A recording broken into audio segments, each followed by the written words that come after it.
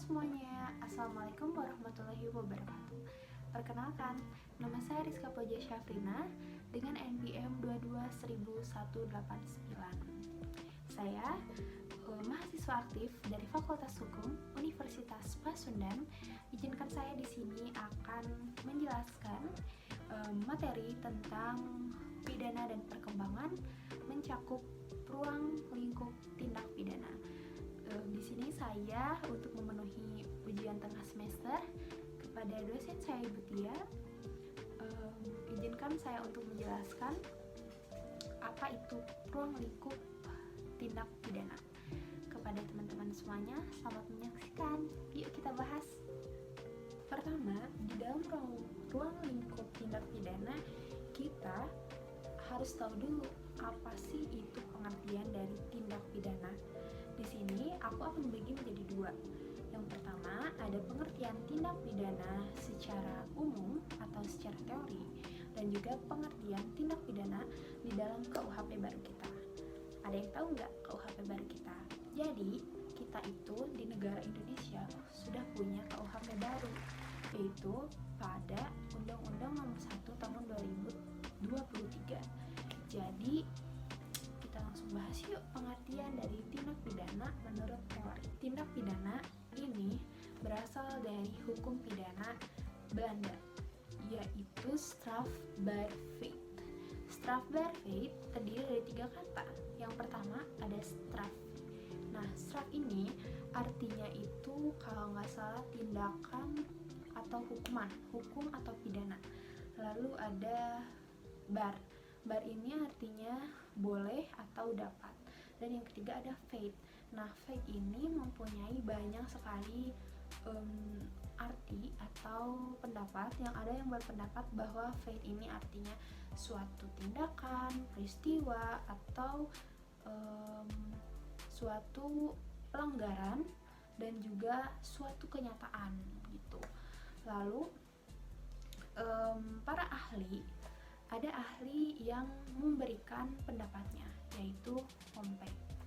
Pompey menyatakan bahwa tindak pidana adalah suatu pelanggaran norma atau terjadinya gangguan pada tertib hukum gitu.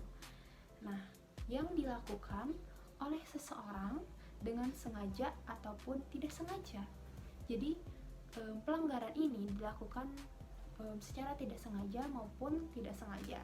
Nah, ini diperlukan hukuman untuk terjaganya kepentingan umum dan juga ketertiban umum. Jadi jadi hukuman dalam tindak pidana itu sangat perlu untuk menjaga ketertiban umum dan kepentingan umum.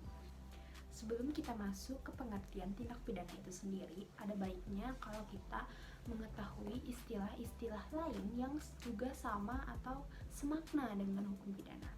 Nah, ada apa aja sih yang semakna sama tindak pidana? Ada 4 kalau setahu aku ya. Itu yang pertama itu ada perbuatan melawan hukum. Nah, lalu yang kedua ini ada pelanggaran hukum. Lalu yang ketiga ada perbuatan yang dapat dihukum. Lalu yang keempat ada perbuatan yang boleh dihukum. Nah, itu adalah kata yang semakna dengan tindak pidana. Kita langsung nih ke pengertian tindak pidana menurut teori. Jadi, pengertian tindak pidana menurut teori ialah suatu perbuatan yang dilanggar oleh manusia di mana yang bertentangan dengan undang-undang dan juga bertentangan dengan peraturan perundang-undangan.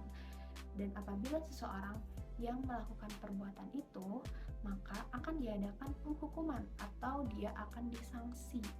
Nah, kenapa diadakan sanksi? Tujuannya yaitu untuk menjaga ketertiban umum dan juga untuk kepentingan umum, kepentingan kita bersama. Otomatis orang-orang yang melakukan pelanggaran terhadap undang-undang lalu dijatuhi hukuman itu akan menjadikan lingkungan sekitarnya itu merasakan aman dan juga tentram. Beda dimana kalau misalkan ada sebuah wilayah yang di dalamnya terdapat manusia-manusia yang hidupnya itu selalu membuat pelanggaran terhadap undang-undang dan tidak dihukum, maka terbayang akan seperti apa wilayahnya. Itu akan menjadi sangat tidak nyaman terhadap lingkungan sekitarnya. Jadi, kesimpulan dari tindak pidana adalah suatu yang dilanggar yang bertentangan dengan undang-undang atau peraturan perundang-undangan yang mengandung sanksi. Seperti itu. Kita langsung lanjut ke pembahasan selanjutnya. Yuk, selanjutnya yaitu pengertian tindak pidana menurut Undang-Undang Nomor 1 Tahun 2023. Nah, tindak pidana menurut undang-undang ini terdapat pada pasal 12 ayat 1, di mana menyebutkan bahwa tindak pidana merupakan perbuatan yang oleh undang-undang diancam dengan suatu perbuatan atau tindakan, suatu sanksi pidana atau tindakan. Nah, jadi tindak pidana ini tidak hanya diartikan oleh para ahli atau para sarjana hukum, akan tetapi tindak pidana juga terdapat pengertiannya yang jelas di dalam Undang-Undang Nomor 1 Tahun 2023. Kita langsung masuk aja yuk ke pembahasan ruang lingkup ada apa aja sih di dalam tindak pidana itu. Nah, yang pertama itu di dalam tindak pidana ada permufakatan jahat, yang kedua ada persiapan, dan yang ketiga ada percobaan. Nah, di dalam permufakatan jahat ini terdapat pada Undang-Undang Nomor 1 Tahun 2023. Ini terdapat di dalam KUHP baru. Ini dalam pasal 13 ayat 1. 13 ayat 1 ini menyebutkan bahwa permufakatan jahat ini dilakukan oleh lebih dari dua orang, yang sepakat akan melakukan tindak pidana. Nah, tindak pidana permufakatan jahat ini belum melakukan suatu persiapan atau belum melakukan suatu percobaan, akan tetapi ini hanya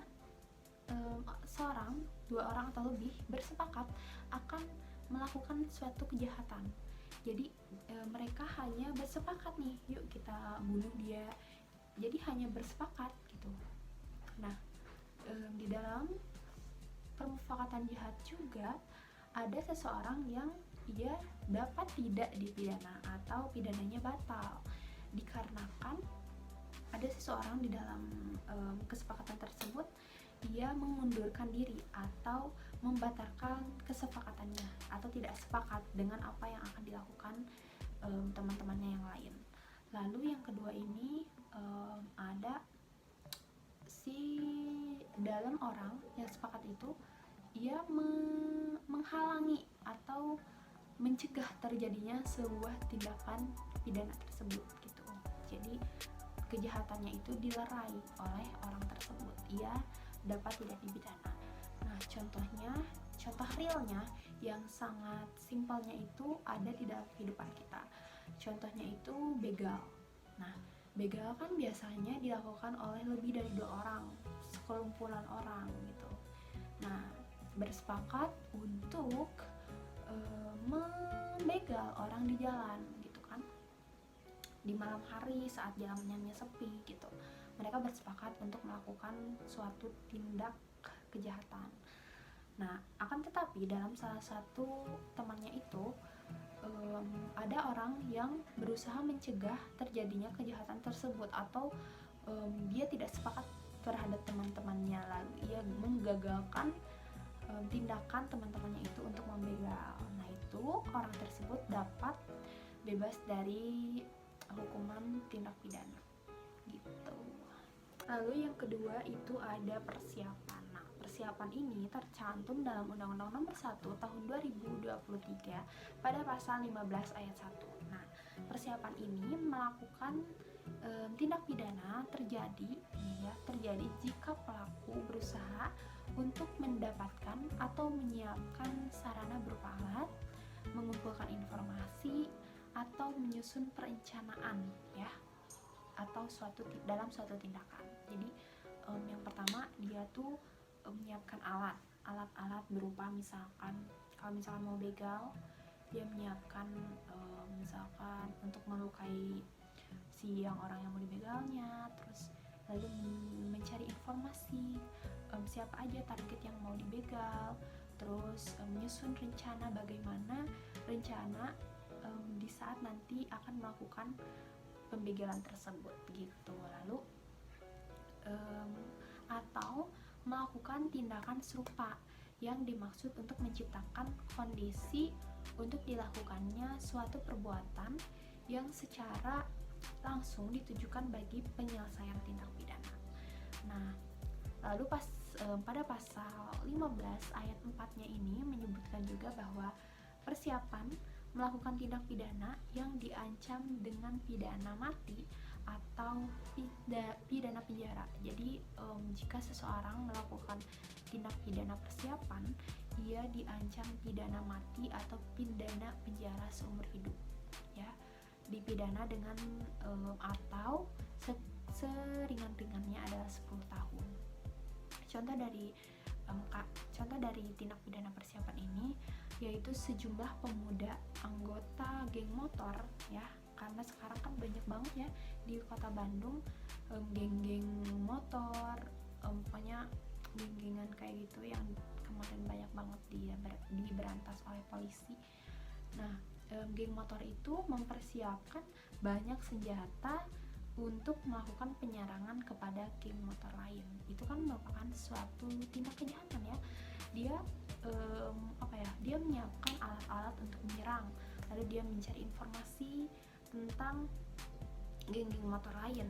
Dia juga merencanakan bagaimana tindakan yang akan mereka lakukan terhadap geng motor lain. Oke teman-teman, yang terakhir ini ada percobaan nih.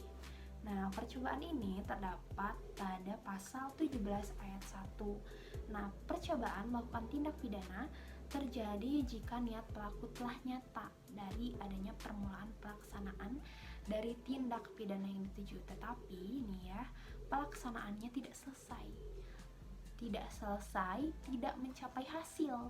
Jadi tindakannya itu gagal gitu ya. Dia merencanakan A, B, C, D, akan tetapi apa yang direncanakannya itu tidak berhasil atau gagal. Nah, kenapa gagal? Gagal terjadi karena bukan kehendaknya sendiri, akan tetapi lingkungannya mendukung untuk hal tersebut gagal. Nah, lalu pada pasal 17 ayat 2-nya nih ya, pasal selanjutnya, permulaan pelaksanaan sebagaimana dimaksud pada ayat 1 terjadi jika nih ya, perbuatan yang dilakukan itu diniatkan atau ditujukan untuk terjadinya tindak pidana. Lalu yang kedua, perbuatan yang dilakukan langsung berpotensi menimbulkan tindak pidana yang dituju. Untuk tindak pidana percobaan di dalam pasal 17 ayat 5 ini dijatuhi hukuman dengan pidana mati atau pidana penjara seumur hidup. Pidana dengan pidana penjara paling lama 15 tahun. Nah, contoh real yang terjadi di masyarakat yang paling viral sampai masuk TV itu adalah contoh kasus percobaan penusukan terhadap Syekh Ali Jaber. Siapa sih yang gak tahu Syekh Ali Jaber ya? Nah, ia saat melakukan ceramah di panggung kalau nggak salah, itu dia dicoba untuk ditusuk oleh seseorang yang ingin membunuhnya, akan tetapi gagal karena ada suatu hal yang dapat menggagalkan di panggung itu, kayak tidak bisa gitu, gagal. Segitu sekiranya yang dapat saya sampaikan. Mohon maaf apabila banyak sekali kesalahan dari perkataan saya yang tidak sesuai dengan pemahaman teman-teman semua, atau boleh dikoreksi kepada dosen saya yang terhormat, karena saya di sini juga masih belajar, sama-sama belajar. Semoga apa yang tadi saya sudah sampaikan memberikan manfaat untuk kita semua di dalam pelajaran hukum pidana dan perkembangan ini. Semoga kita dapat lebih banyak mengetahui tentang tindak pidana yang ada di Indonesia, yang ada di negara-negara lain juga, dan juga hukuman apa yang dapat menjerat orang-orang yang melakukan tindak pidana. Sekian dari saya. Mohon maaf apabila ada salah-salah kata, karena seperti yang saya ucapkan tadi, saya masih belajar, dan terakhir, kesempurnaan hanya milik Allah. Terima kasih. Wabillahi taufiq wal hidayah. Wassalamualaikum warahmatullahi wabarakatuh.